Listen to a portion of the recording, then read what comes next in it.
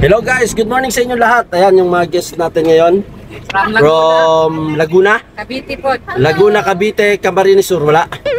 Laguna, Cavite lang. Laguna, Cavite. Ayan, so samahan nyo kami ngayong araw na to for countryside tour.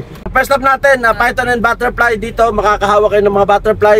Then pwede na kayong humawak ng snake dito ha. Ayan, huwag kayong matakot kasi friendly naman yung snake. Susubukan daw nila. Susubukan nila. Okay, sige. Ang biyahe natin from here is mga 30 to 40 minutes. From here yung biyahe natin. Ayan ang first stop natin.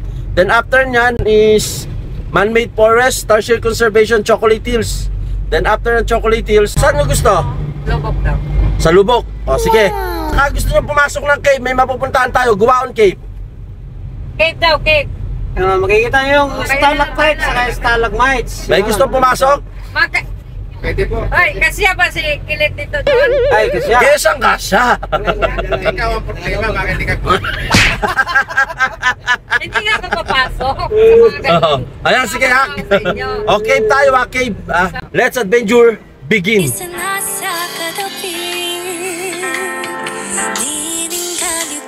Taas kamay. Maluwag kanan. 1, 2, 3. Jump shot.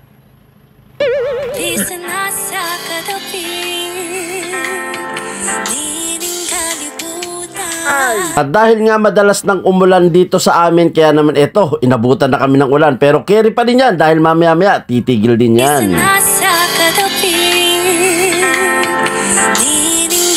Welcome to the land of Chocolate Hills. Look at your left side. Ayan po, meron na tayong Chocolate Hills formation.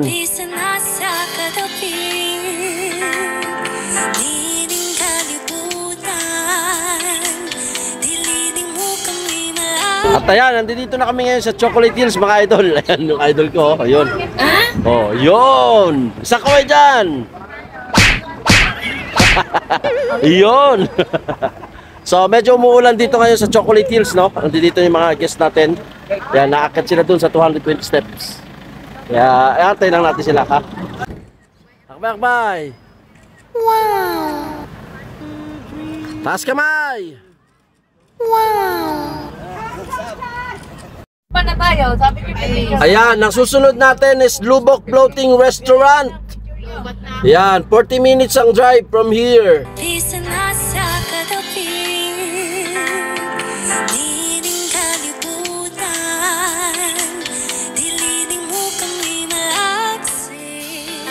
At ilang sandali na lang ay malapit na nga kami dito sa Lubok Floating Restaurant. Guys, gutom na kami dahil late lunch na nga kami. Halos 1:45 na rin nang dumating kami dito sa Lubok Floating Restaurant.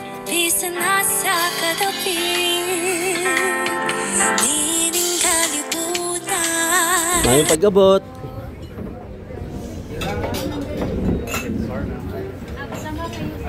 Nandito na tayo ngayon sa Lubok Floating Restaurant.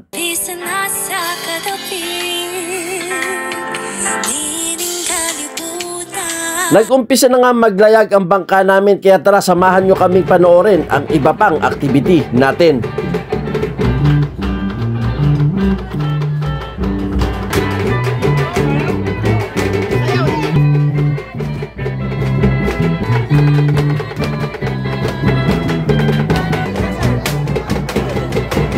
At nang matapos na kaming manood ng tinikling dance ay nagpatuloy na kami maglayag at nagulat na lang ako nang nagsisigawan yung mga tao sa likod ko.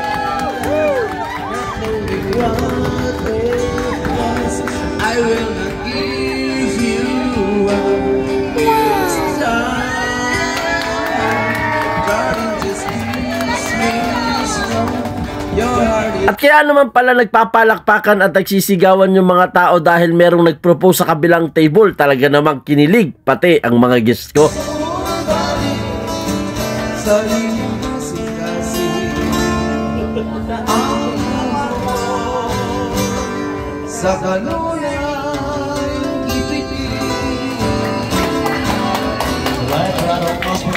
At dito na nga natatapos ang adventure tour ng mga guests natin dito sa Bohol. Hanggang sa muli sa Jundi TV!